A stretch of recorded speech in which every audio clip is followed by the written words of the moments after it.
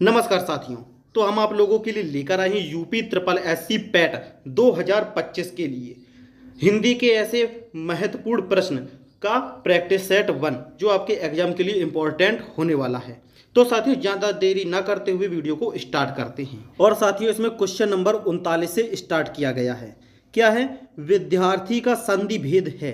तो बताइए कौन सी संधि होगी विद्यार्थी में। साथियों इसकी संधि विच्छेद करो। विद्या धन अर्थी। साथियों इसमें आ प्लस आ निकल रहा है तो आ प्लस आ मिलके बड़ा आ बन जाएगा, यानी कि दीर्घ संधि बन रही है। ऑप्शन डी साथियों विद्यार्थी में दीर्घ संधि है। क्वेश्चन नंबर 40, निम्नलिखित व्यंजनों में से कौन से व्यंजन का उच्चारण तालु से होता है। तो साथियों इसका आंसर होगा ऑप्शन सी छा। साथियों छा आप बोलकर देखिए तो समझ में आएगा कि वो आपकी तालु यानी कि जीभ से लग रहा है। तो आंसर होगा ऑप्शन सी छा। क्वेश्चन नंबर 41, निम्नलिखित विकल्पों में से कौन सा दीर्घ स्वर नहीं है।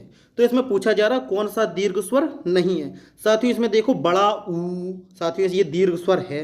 बड़ी ई लंबे समय तक खिंच रहा है, ये भी दीर्घ स्वर है। और ये बड़ा आ, ये भी दीर्घ स्वर है। लेकिन ये ऑप्शन सी में है ई। साथियों आंसर होगा ऑप्शन सी ई। साथियों ये दीर्घ स्वर नहीं है, ये लघु स्वर है। ठीक है, नेक्स्ट क्वेश्चन नंबर 42, कंठ अल्प प्राण व्यंजन वर्ण का उदाहरण कौन सा है। तो आंसर हो जाएगा ऑप्शन डी इंगा। साथियों ये कंठ अल्प प्राण व्यंजन वर्ण का उदाहरण इंगा है। ठीक है, क्वेश्चन नंबर 43, निम्न में से कौन सा घन का अनेकार्थी शब्द नहीं है। तो आंसर होगा ऑप्शन बी बड़ा हथौड़ा। साथियों ये चोर घन का होता है अनेकार्थी, प्रेत होता है, महादेव भी साथियों ये घन का अनेकार्थी शब्द होता है, लेकिन ये बड़ा हथौड़ा घन का अनेकार्थी शब्द नहीं है। नेक्स्ट क्वेश्चन नंबर 44, इनमें से कौन सा शब्द व्यक्तिवाचक संज्ञा नहीं है। तो आंसर होगा ऑप्शन डी पहाड़, क्योंकि साथियों व्यक्तिवाचक वो होते हैं जो केवल एक हो दुनिया में। साथियों हिमालय एक है, ये व्यक्तिवाचक है। गंगा एक है, राम वो भी एक थे। तो साथियों लेकिन पहाड़ तो काफ़ी सारे होते हैं ना, इसलिए व्यक्तिवाचक संज्ञा का उदाहरण पहाड़ नहीं होगा, क्योंकि पहाड़ काफ़ी सारे होते हैं। नेक्स्ट क्वेश्चन नंबर 45, निम्नलिखित में से कौन सा शब्द स्त्रीलिंग है। तो बताइएगा, आंसर होगा ऑप्शन बी छाछ। साथियों ये छाछ स्त्रीलिंग शब्द है। बाकी साथियों आप बोलकर देखिए, ये टेसू कैसा है, इसमें पुल्लिंग आ रहा है, काढ़ा कैसा है, और ये तिल कैसा है, लेकिन छाछ स्त्रीलिंग है। ठीक है, क्वेश्चन नंबर 46, इनमें से किस वाक्य में अकर्मक क्रिया है। तो पढ़कर देखिए, ऑप्शन ए श्याम सोता है। क्या सोता है, पता नहीं क्या सोता है, तो आंसर यही हो जाएगा, ये अकर्मक क्रिया है। ठीक है, क्योंकि इसमें कर्म का कुछ अता पता नहीं है। बाद बाकी देखो ऑप्शन बी में, ये चीज़ें तुम्हारा जी ललचाती हैं। किसका जी ललचाती हैं, तुम्हारा, इसमें कर्म है। वह अपना सिर खुजलाता है। किसका सिर, अपना सिर खुजलाता है। क्या खुजलाता है, सिर। मैं पुस्तक पढ़ता हूँ। क्या पढ़ता हूँ मैं, पुस्तक पढ़ता हूँ, इनमें कर्म है। ठीक है, नेक्स्ट क्वेश्चन नंबर 47, रेखांकित शब्द के लिए सही विलोम शब्द चुनिए। तो साथियों ये रेखांकित में कौन है, अंधकार, इसका विलोम शब्द बताना क्या होगा। अंधकार मतलब अंधेरा, तो आंसर होगा ऑप्शन सी आलोक। साथियों ये अंधकार का विलोम आलोक हो जाएगा, क्योंकि आलोक का मतलब उजाला होता है। ठीक है, नेक्स्ट क्वेश्चन नंबर 48, निर्देश निम्नलिखित शब्दों के नीचे 4 विकल्प दिए गए हैं, उनमें से उचित पर्याय चुनकर उसे चिन्हित करें। तो इसका पर्याय क्या होगा, पर्याय का मतलब उसी के जैसा। अनल मतलब अग्नि होती है आग, तो आंसर हो जाएगा ऑप्शन ए अग्नि, क्योंकि अनल को ही हम आग भी बोलते हैं पर्याय के रूप में। ठीक है, नेक्स्ट क्वेश्चन नंबर 49, शीला अपने कपड़े स्वयं धोती है। इस वाक्य में स्वयं सर्वनाम का कौन सा भेद है। तो स्वयं का मतलब होता है निज, यानी स्वयं की बात करी जा रही है, तो आंसर होगा ऑप्शन ए निजवाचक सर्वनाम। ठीक है, क्वेश्चन नंबर 50, पाप करने के बाद स्वयं दंड पाना, इस वाक्य के लिए उपयुक्त शब्द चुनिए। ठीक है, मतलब लिखिए। तो आंसर क्या होगा, ऑप्शन सी प्रायश्चित, मतलब जो पाप कर दे और स्वयं उसका दंड भोगने लगे, तो मतलब वो अपने आप पापों का प्रायश्चित कर रहा है। ठीक है, नेक्स्ट क्वेश्चन नंबर 51, निम्नलिखित में से एक वचन शब्द कौन सा है। तो आंसर बताइए कि कौन सा एक वचन। तो आंसर होगा ऑप्शन सी नदी। साथियों ये नदी एक वचन है। बाद बाकी ये दर्शन, घरों और लताओं ये आपके बहुवचन हैं। ठीक है, नेक्स्ट क्वेश्चन नंबर 52, यह किताब मेरी है। इस वाक्य में यह किस प्रकार का विशेषण है। तो साथियों इसमें देखिए कौन किस प्रकार का विशेषण है। ऑप्शन होगा ऑप्शन सी सार्वनामिक विशेषण, क्योंकि साथियों सार्वनामिक विशेषण वह होते हैं जब संज्ञा से पहले सर्वनाम आ जाए। साथियों ये किताब संज्ञा है और यह सर्वनाम है। साथियों यहाँ पर आप लोग देख सकते हो कि संज्ञा से पहले सर्वनाम आया है तो यह सार्वनामिक विशेषण होगा। नेक्स्ट क्वेश्चन नंबर 53, का वर्षा जब कृषि सुखानी लोकोक्ति का आशय है। तो ऑप्शन ए अवसरवादी लोग मौके पर धोखा दे देते हैं। ऑप्शन बी कृषि और वर्षा का अटूट संबंध है। या फिर ऑप्शन सी अवसर निकल जाने पर सहायता व्यर्थ होती है। या फिर ऑप्शन डी कृषि के लिए वर्षा आवश्यक है। तो आंसर होगा ऑप्शन सी अवसर निकल जाने पर सहायता व्यर्थ होती है, तभी तो कहते हैं का वर्षा जब कृषि सुखानी। क्वेश्चन नंबर 49, बात का धनी मुहावरे का अर्थ है। ऑप्शन ए बहुत बोलने वाला, नहीं। ऑप्शन बी बात बनाने में माहिर, नहीं। ऑप्शन सी बहुत अधिक जानकारी रखने वाला, नहीं। ऑप्शन डी वायदे का पक्का। साथियों इसका सही आंसर होगा ऑप्शन डी वायदे का पक्का। साथियों जो अपनी वादे का पक्का होता है ना, उसी को बोलते हैं कि बात का धनी है, अपनी बात वाला है, ठीक है।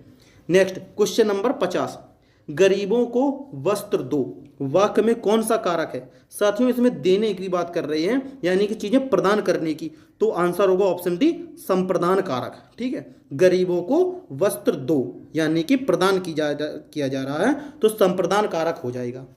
नेक्स्ट क्वेश्चन नंबर 56, निम्नलिखित प्रश्न में 4 विकल्पों में से उस सही विकल्प का चयन करें जो शुद्ध वाक्य का सबसे अच्छा विकल्प है। ऑप्शन ए वहीं दिल्ली अवश्य ही आएगा, ये सही नहीं है, ठीक है। ऑप्शन बी दिल्ली अवश्य आएगा, ये भी गलत है। ऑप्शन सी वह दिल्ली अवश्य आएगा। या फिर ऑप्शन डी वह दिल्ली आवश्यक आएगा। साथियों ये आवश्यक तो सही नहीं लग रहा है, तो आंसर होगा ऑप्शन सी वह दिल्ली अवश्य आएगा, ठीक है। नेक्स्ट क्वेश्चन नंबर 57, उससे पहले ये निर्देश दिया गया उसे पढ़ो। प्रत्येक प्रश्न वाक्य में एक अधोरेखांकित शब्द है, उसके नीचे लिखे शब्दों में से 3 अशुद्ध रूप से लिखे गए हैं। चौथे शुद्ध रूप में लिखे गए शब्द का चयन कर उसे चिन्हित करें। तो 57 नंबर पे क्या है, प्रधानमंत्री के भाषण की श्रुति लिपि उसने उसी समय ले ली। तो साथियों इसका सही आंसर होगा ऑप्शन बी श्रुत लिपि। साथियों क्योंकि श्रुति लिपि नहीं, ये सही होगा श्रुत लिपि, ऑप्शन बी, ठीक है। नेक्स्ट क्वेश्चन नंबर 58, निम्नलिखित में कौन सा शब्द तत्सम है। तो इसमें तत्सम पूछा जा रहा है, तो आंसर होगा ऑप्शन डी प्रकट। साथियों ये तत्सम है, बाद बाकी ये पंख, ये तद्भव है, पत्थर, पंछी, ये सभी तद्भव शब्द हैं, लेकिन ये प्रकट हमारा तत्सम शब्द है, ठीक है। नेक्स्ट क्वेश्चन नंबर 59, बांधा था विधु को किसने इन कली जंजीरों से, मणि वाले फड़ियों का मुख क्यों भरा हुआ है हीरों से।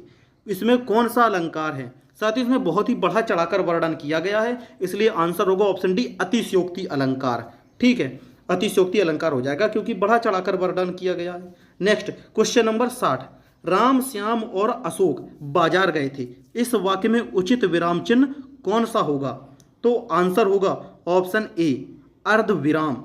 साथियों राम श्याम और अशोक में उचित अर्ध विराम चिन्ह लगेगा, ठीक है। नेक्स्ट क्वेश्चन नंबर 61, बा उपसर्ग से बना शब्द कौन सा है। साथियों उपसर्ग वो होते जो आगे शब्द लगते हैं और प्रत्यय वो होते जो पीछे लगे होते हैं, इसमें उपसर्ग।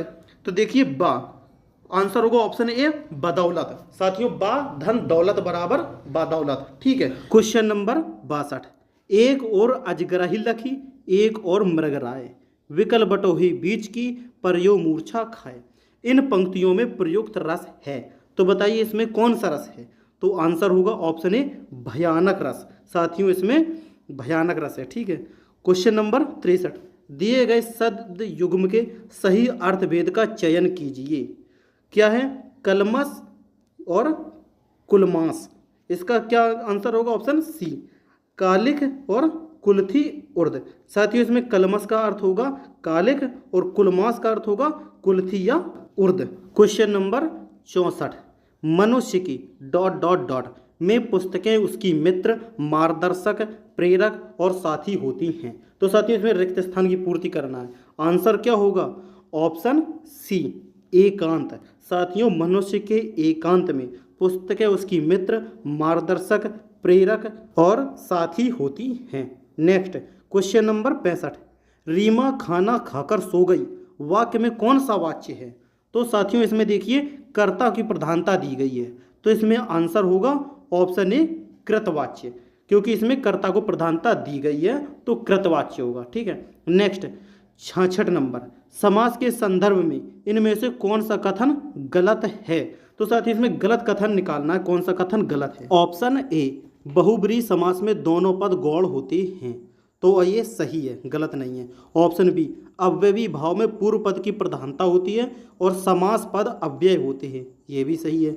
ऑप्शन सी तत्पुरुष समास में अंतिम पद गौण होता है, तो साथियों ये कथन गलत है, तो आंसर हो जाएगा ऑप्शन सी तत्पुरुष समास में अंतिम पद गौण होता है। तो साथियों आज की आप लोगों को ये हिंदी की प्रैक्टिस सेट 1 की वीडियो क्लास कैसी लगी कमेंट बॉक्स में बताइएगा।